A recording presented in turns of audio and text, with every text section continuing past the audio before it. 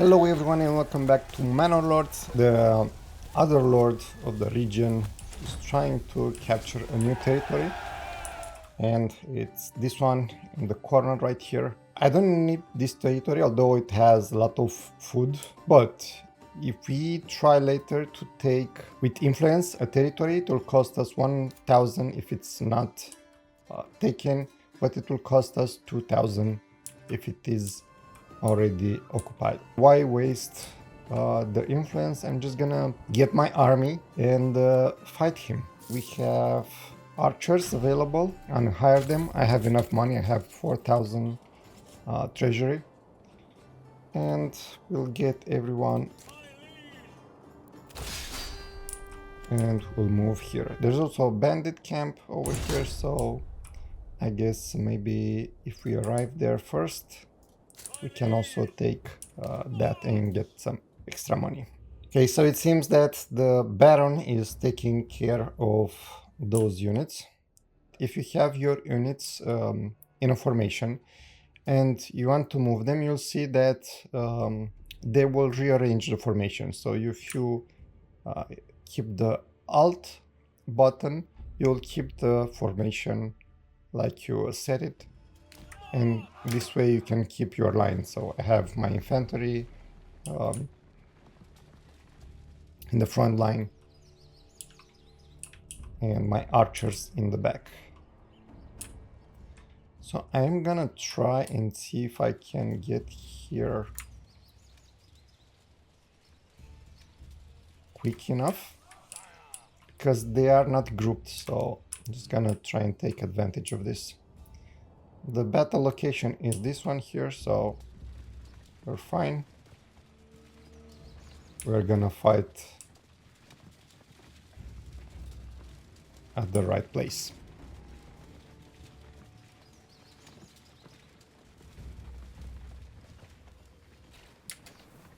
I'll also set these guys to shoot at will and keep my militia in the back.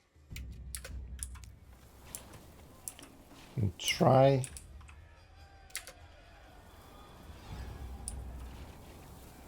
I shouldn't let these guys to flank me, but I guess I have enough archers. Archers got nerfed before the early access release, but hopefully they can still kill these guys.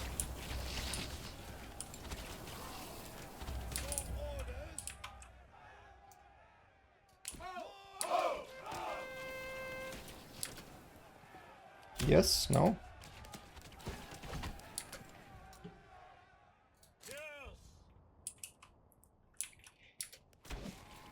Come on, you don't... I don't want my archers to fight in melee range. They can attack the mercenaries, but I don't want them to attack my archers.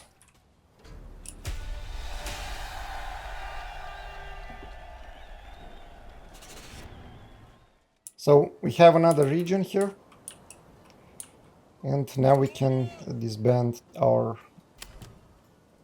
units and get back to work. Okay, so we have a new region being claimed. This time is Waldbrand, and is this one in the middle. And we need this one in order to get to this one in the corner, so we can get some farming. So of course we will claim on the battlefield. And it seems that I need to fight over here.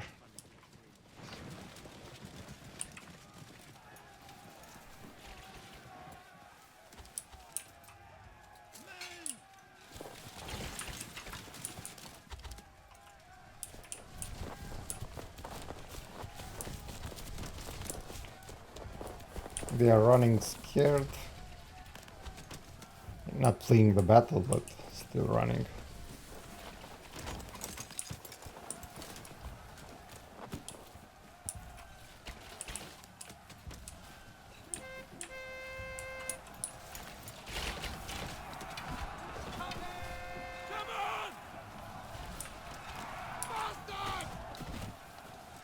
Okay, so our retinue here is 24, but theirs is 36. So as soon as we can free up some people from here, I need to reinforce there.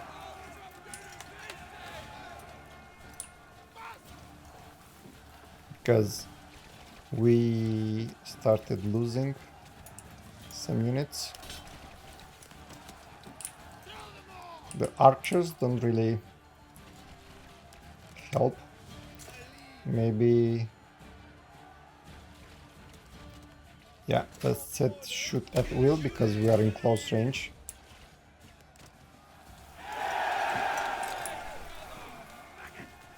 Okay, we won that.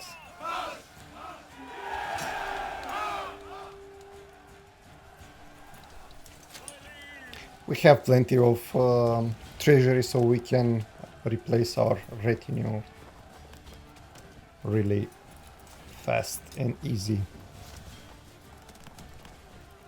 And we actually haven't lost that many. Around 10 total.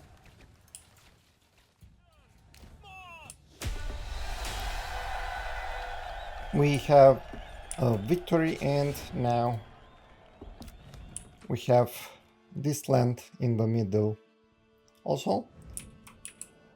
And we will probably get this one as soon as we rebuild our army. After having the first town build, we have now here almost 500 people living in the capital, the east capital.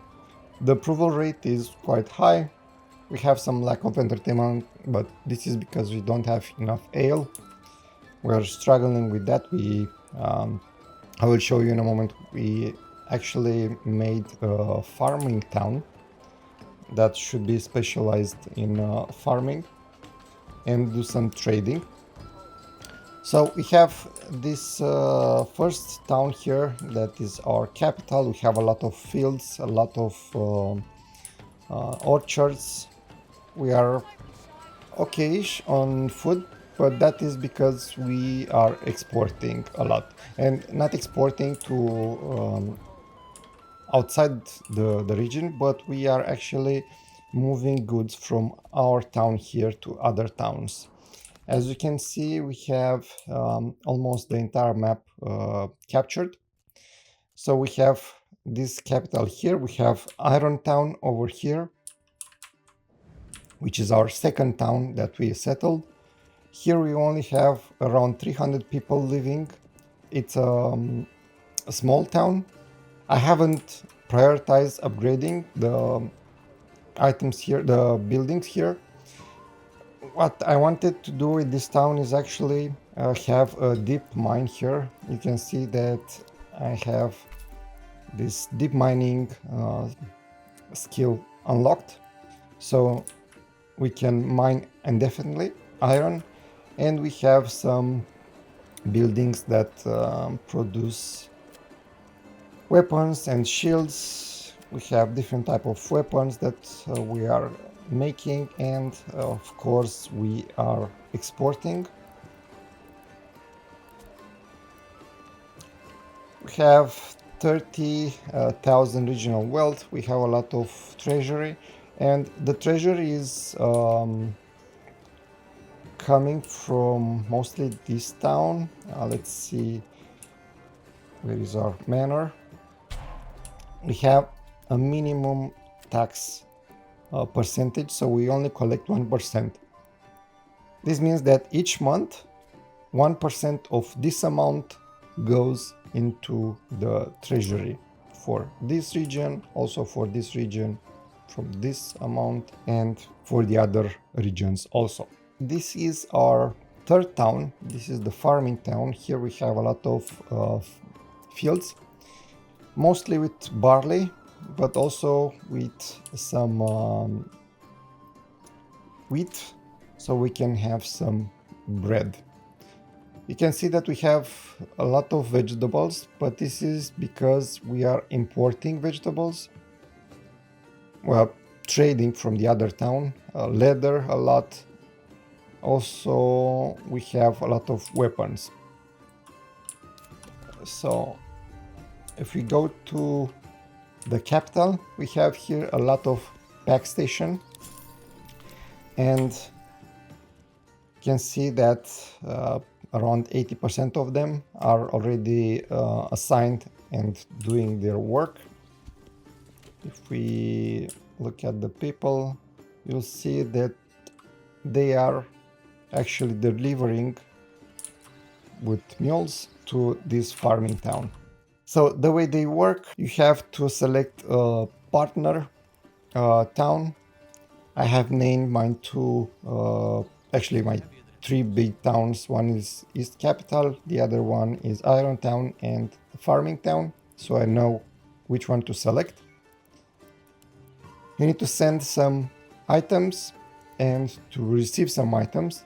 And here you'll see the ratio. So if it requires for you to send more items or to send less and receive more items. This is based on the cost of these items. By now you should be able to increase the village to a town, to a large town, and have everything you need in order to fulfill their needs.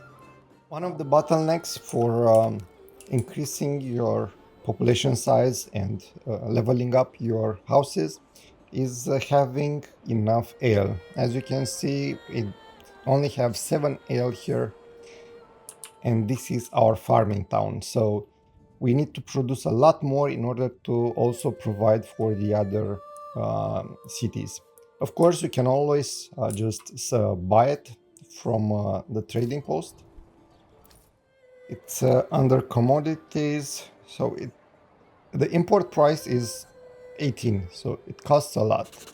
In order to have a constant flow of ale, you need to export a lot of other things, and of course the more you export, the lower the export price will be. So going back to farming, what you need to do, of course, is to build some fields in order to get barley. You need to make sure that you build on fertile soil, build some fields. Make sure that you don't build like one really big one, because it will be harder for the people to work the land.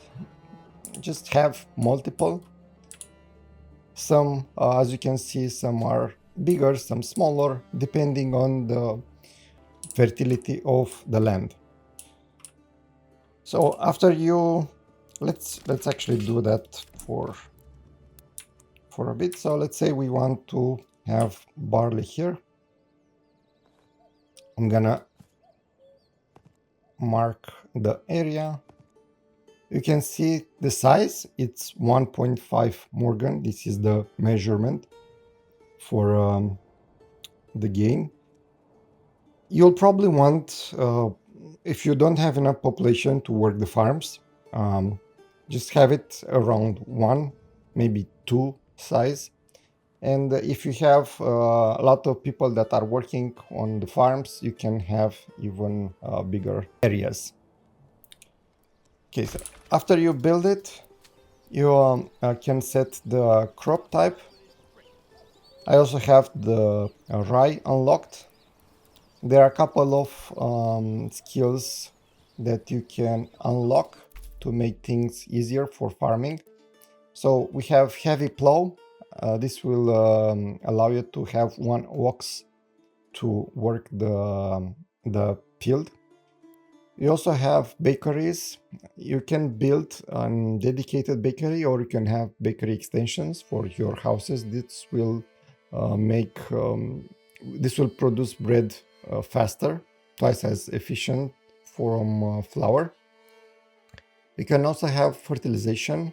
This allows you to build fences on your fields, and when you don't grow any plants, any crop on the fields, you can have sheep to use the fields as the pasture and restore fertility even better. And because you might be inclined to use sheep, why not get sheep breeding? Sheep grazing on a pasture slowly multiply. And another thing that you may want is have orchards. this will unlock rye cultivation. This basically is better than wheat and can be the fertility for rye is way better than anything else. You can see that we can upgrade with 5 planks to have the fence up. You can see here that we have a fence and we have sheep that, well, don't care about the fence apparently, but they will stay in this area. We have 92 sheep right now, 50 sheep and 42 lambs. I only imported 50 sheep and they actually started multiplying this year. You can see here that we have space for 287. This is because each field that has fence has capacity. For this one is 72. This one has 81. Let's see. This one has 125. So as soon as we start having crops here, they'll have to move and use another field which is not growing anything. So in order to do that, make sure that you don't have if you're doing crop rotation, make sure that you don't have all the 3 years occupied. So you can have your field to only have one crop type, but this will decrease the fertility. So it's better, it's like 100% better to have crop rotation. If we select here one, you can see the fertility.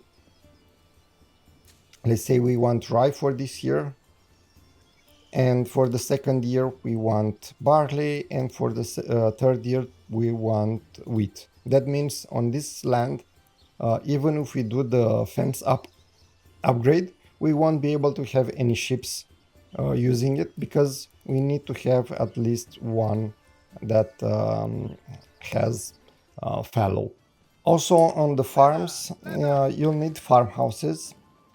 I have a lot of them. So 1 here, 2, 3, 4, 5, 6. This one is not fully, but I have a lot of farmhouses because I have a lot of fields and the population is high enough so I can sustain. Couple of things you can do here. Let's see, let's actually build one. I'll show you the upgrade. So what you want here is to have people when it's time to work the fields. If you don't have enough people in your town, make sure that during the winter or while the crop is growing, you pull out people from the farmhouse, because they will just don't do anything. You can see that they are all waiting or going home or transporting some stuff. I'm not sure what. But yeah, if you don't need to work the field, just pull them out of the building. You need to work the field when it's time to plow. And you can use also an ox for this one. You'll need them for sowing, and while it's growing, you don't need them there. You'll also need them for harvest, and then the winter season will come. And also you won't need people working the building. If you have the heavy plow unlocked, you will be able to add a plowing station, and this will use one ox, and that will work the field. Keep in mind that only one ox can work at one farmhouse, and one ox can work on a field at one given time. So if you have only one farmhouse, make sure that you have at least 2 fields, because one ox will work the field during plowing, and the other people that you have assigned, if you have a lot of people, will work the other field. Now that is September, people actually started harvesting. The more people you'll have assigned to the farmhouses, of course, the faster this process will go.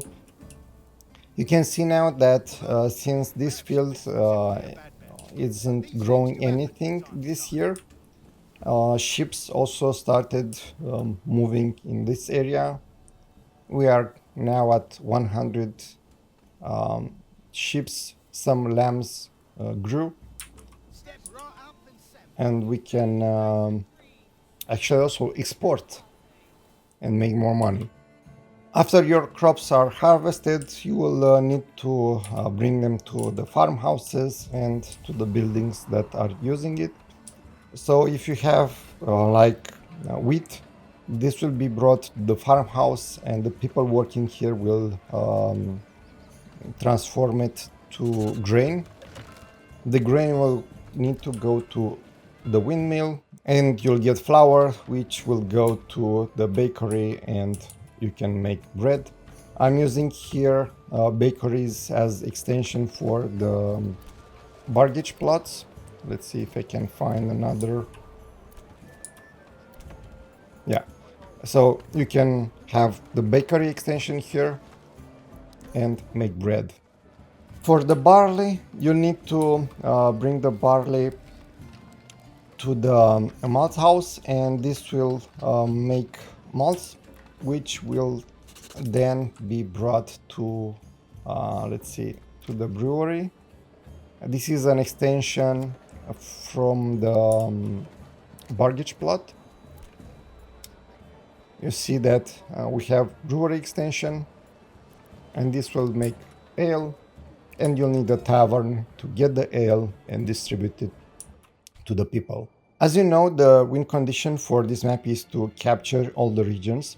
In order to do that, we will need an army to fight our enemy, the other lord that is trying to claim these lands.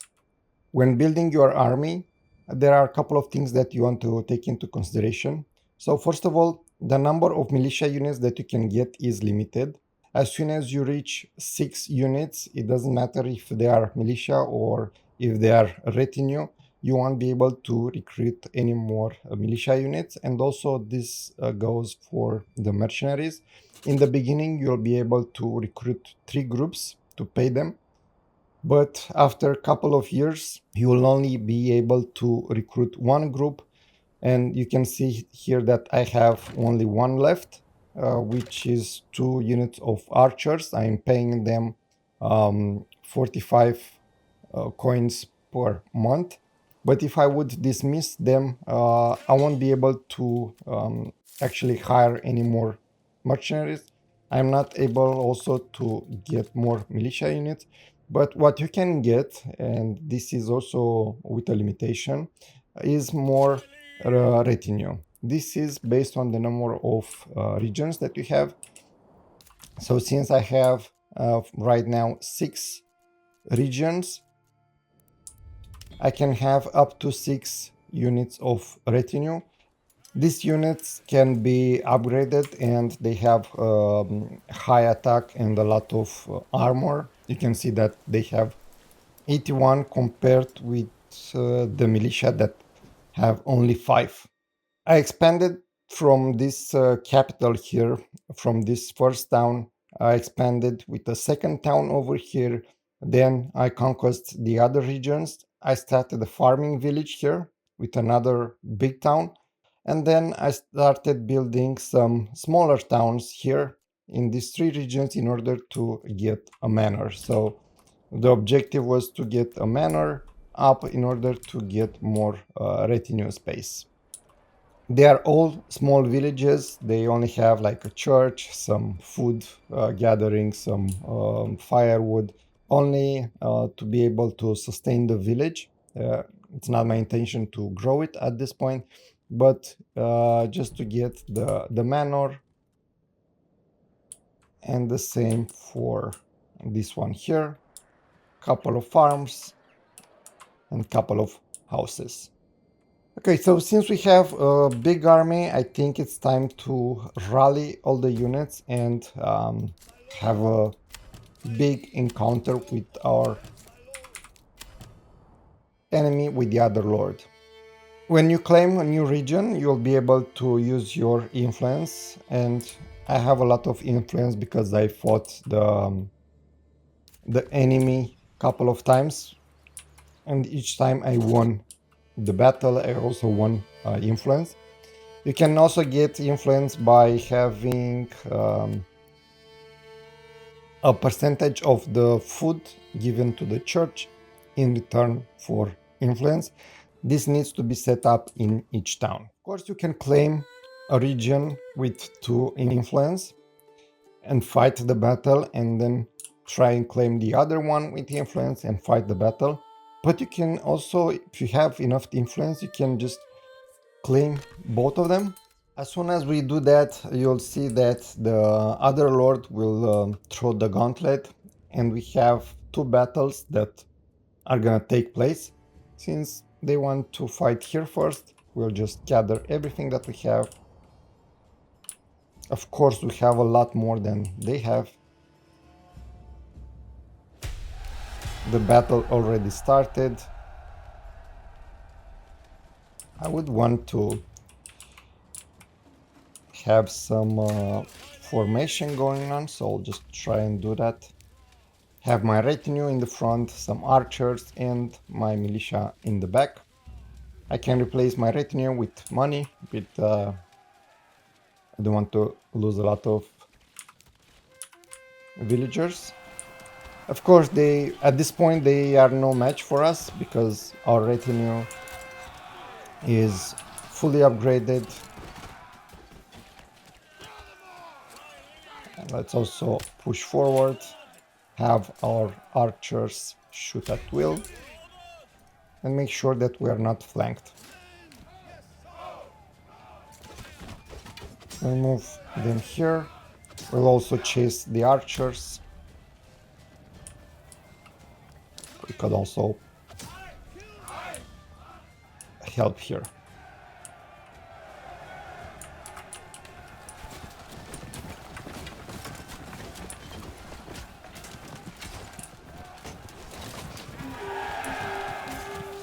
Okay, they are starting to break and running away. And we have a victory. And now we have a second army coming to fight for this other region. We'll actually set our formation here. Archers.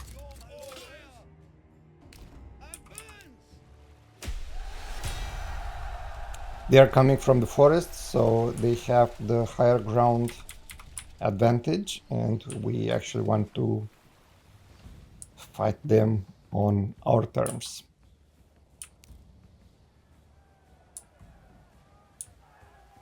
Okay, they are trying to flank here and here, but we can also intercept and pull the archers back. And we can also chase their archers.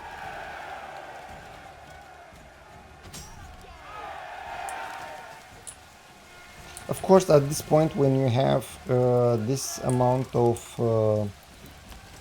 armies and the retinue upgraded, you can see we barely lost any units. We lost 2 here, 1 here. I mean, that's about it.